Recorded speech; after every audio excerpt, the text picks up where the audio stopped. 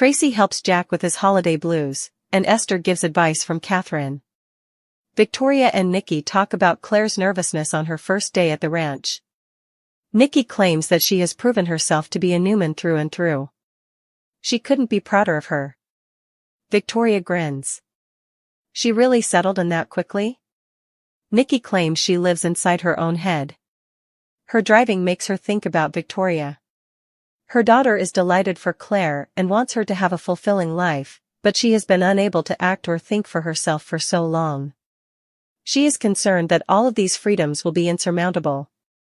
Nikki believes she is being overprotective. Victoria is concerned that things are moving too rapidly for Claire. She had just gotten her back, and now she's losing her again. Nikki believes Claire is on the right road.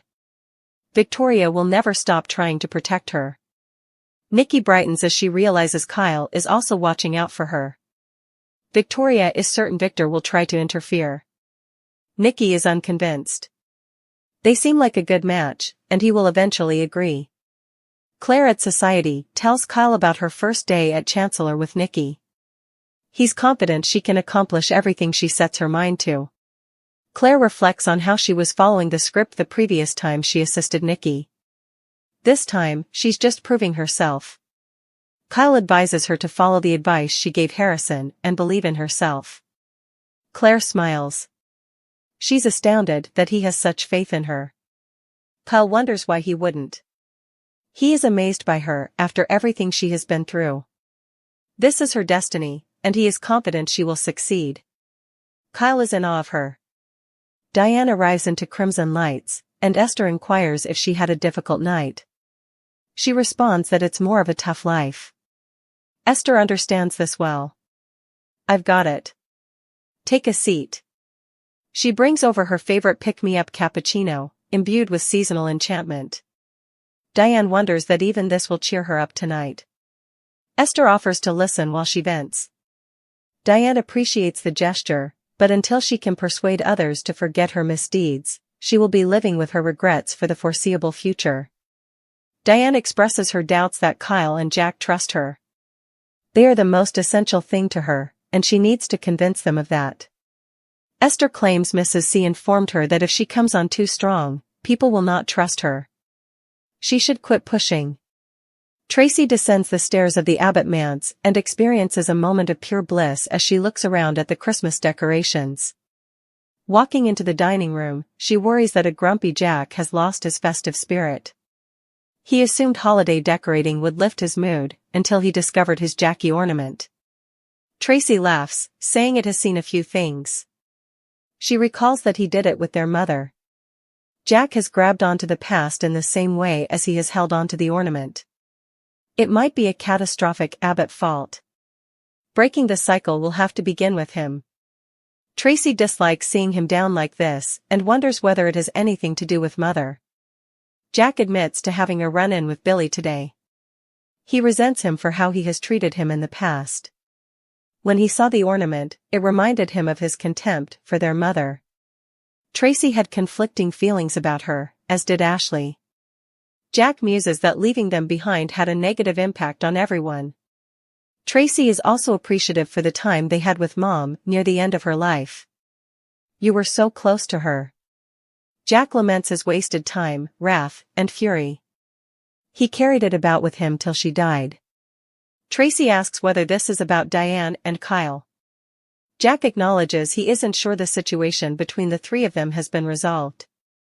Jack informs Traci that Kyle harbors persistent skepticism and strong resentment toward Diane. He is not sure if it will ever go away. Traci has seen love between them. Jack reminds her that when he was a child, she abandoned him.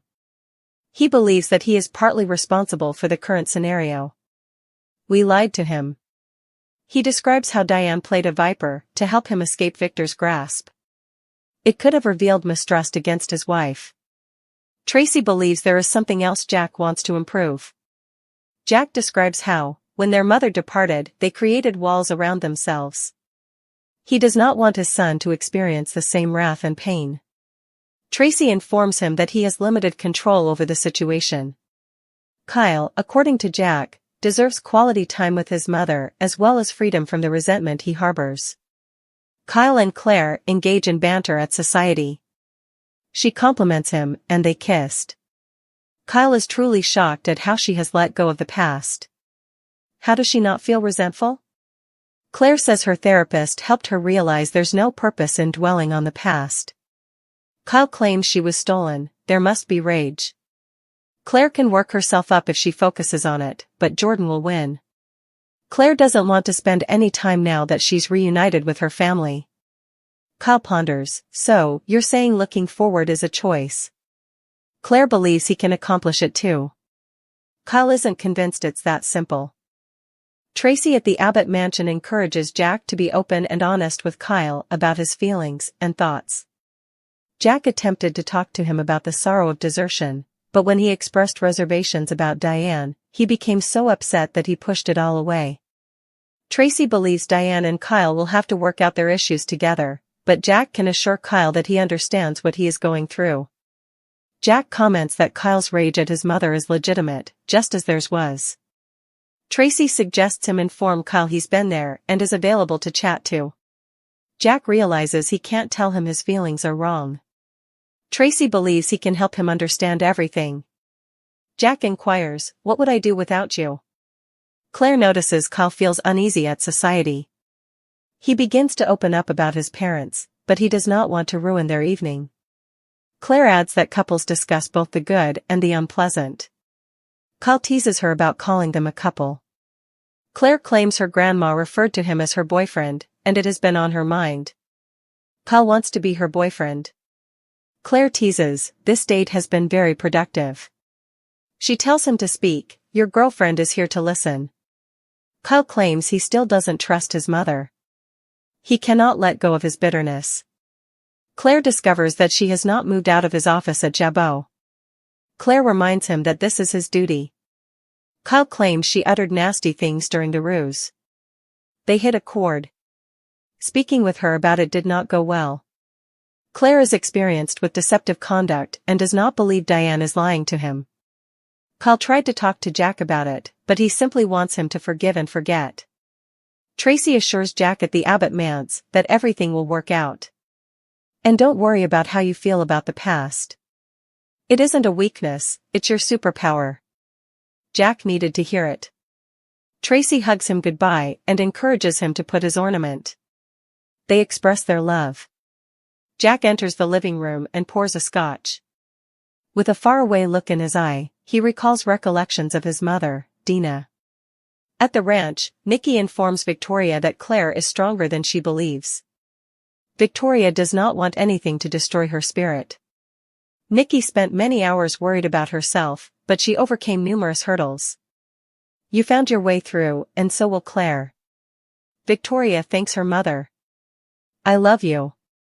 At Crimson Lights, Diane and Esther discuss Catherine's recommendations. Diane doesn't believe changing her conduct will get her anywhere. She's attempted to establish herself, yet others keep bringing up her background. Esther proposes she perform the most selfless act she can think of. Diane assumed she had when she resigned from her job.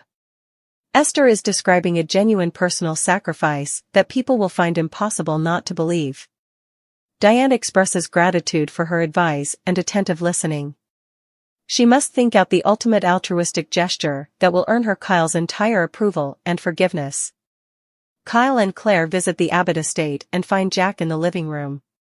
Kyle asks his father whether everything is okay. Jack will speak with him in the morning, but there is no need to worry. Claire says she should go. Kyle walks her out. Outside the door, she gushes about their relationship and they kiss. She tells him that he will work things out with his mother and walks away. Claire arrives at the ranch, and Nikki and Victoria inquire about her evening. She said it was incredible. Nikki says she gave her mother a wonderful report on her first day of work.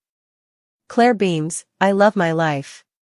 Kyle questions Jack at the Abbott mansion about what is bothering him. Jack admits that he's been thinking a lot tonight about letting go of the past and moving on. He wants him to know that he understands his feelings toward his mother. He has been there. Kyle knows he has, but the scenario is still different. Jack wants him to know that he does not judge him for having reservations about Diane. I am available to talk with you whenever you need to discuss it. Kyle, I love you. Your mother does as well. We want to be family again. Kyle cannot trust his mother overnight, but he will try. Talk turns to decorations, as Jack urges Kyle to hang his ornament. For me, and for your grandmother. Kyle responds, you've got it.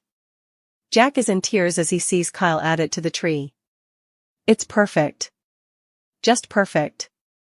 The holiday season is a time of joy, togetherness, and celebration, but for some, it can also bring a poignant reminder of loss, longing, and the complexities of family relationships. Such is the case for Jack Abbott on The Young and the Restless, whose melancholy during the holidays sets the stage for a touching narrative about resilience, family, and the enduring spirit of love. In this story, Traci Abbott becomes the beacon of light that guides Jack through his emotional fog, while Esther Valentine draws from the wisdom of the late Catherine Chancellor to offer sage advice. Together, their actions serve as a testament to the power of connection and the importance of leaning on loved ones during challenging times. Jack's holiday blues. For Jack, the holidays have always been a mixed bag. As the head of the Abbott family, he spent countless years orchestrating grand celebrations at the Abbott mansion. The halls are usually decked with glittering garlands, the tree stands tall and proud, and the air is filled with the scent of pine and baked goods. But behind the festive facade lies an undercurrent of sorrow that Jack has struggled to shake. The loss of his father, John Abbott, weighs heavily on him, as do the fractured relationships and betrayals that have marked his life. This year, the absence of his late mother, Dina Murgeron, feels particularly acute, leaving Jack feeling adrift despite the festive surroundings.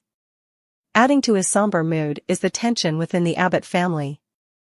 Ashley's departure to Paris has left a void, and while Jack's relationship with his siblings remains solid, the distance and differing priorities have made it harder to feel united. At work, the pressures of running Jabot Cosmetics only amplify his stress, leaving little room for him to process his emotions. Traci steps in. Traci Abbott, the heart and soul of the Abbott family, has always been attuned to her brother's moods. Known for her compassion and unyielding optimism, Traci has been a source of comfort for Jack during his darkest moments. When she notices his holiday blues, she decides to intervene. Jack, you've been moping around this house for days, Traci says one evening as they sit by the fire. It's not like you to let the holidays get the better of you. What's going on? Jack hesitates before responding, his voice tinged with vulnerability. It's everything, Traci. Dad, Mom, Ashley being so far away. It just feels like the family isn't what it used to be. And no matter how hard I try, I can't seem to fill the gaps. Traci places a comforting hand on his shoulder. Jack, you don't have to fill the gaps. No one expects you to be everything to everyone. The holidays aren't about perfection, they're about love and togetherness. Maybe it's time to redefine what the holidays mean to you. A walk down memory lane. Traci suggests a trip to the Abbott family's attic, where decades of memories are stored. Together, they sift through old photo albums, holiday decorations, and keepsakes. Among the treasures, they find a box of handwritten letters from their father, John, addressed to each of his children.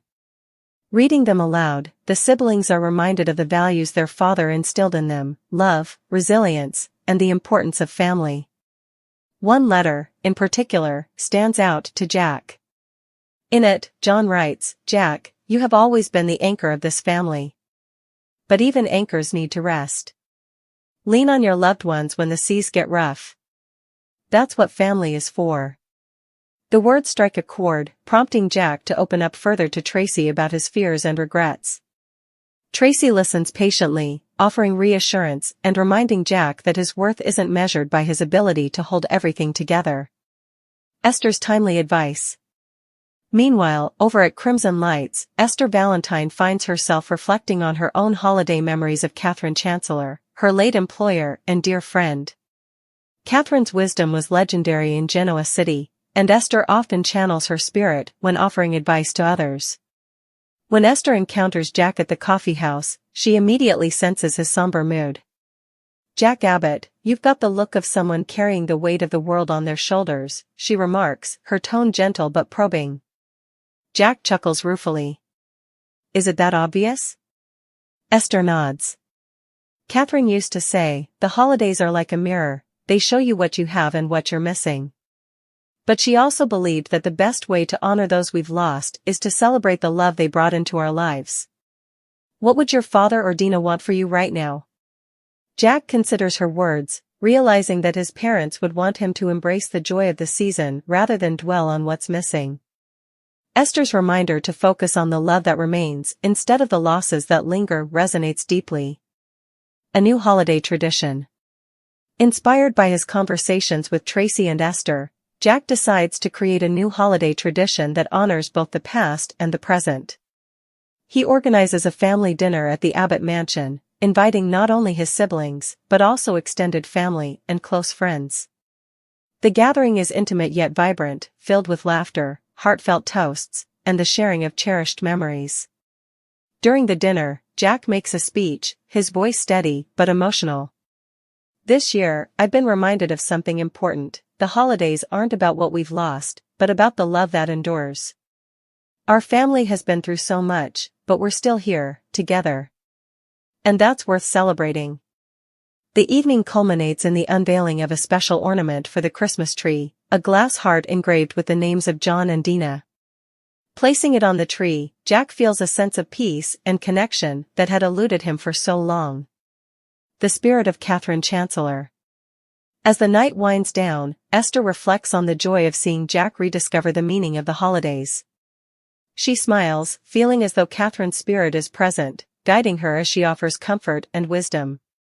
In her heart, Esther knows that Catherine would be proud of the way Jack and the Abbotts have chosen to embrace the season with love and resilience.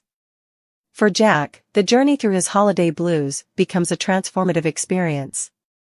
With the help of Traci's unwavering support and Esther's timely advice, he learns to let go of the pressures he places on himself and to cherish the bonds that sustain him. The holidays, once a source of sorrow, become a time of healing and hope, proving that even in the face of loss, the spirit of love and family can light the way.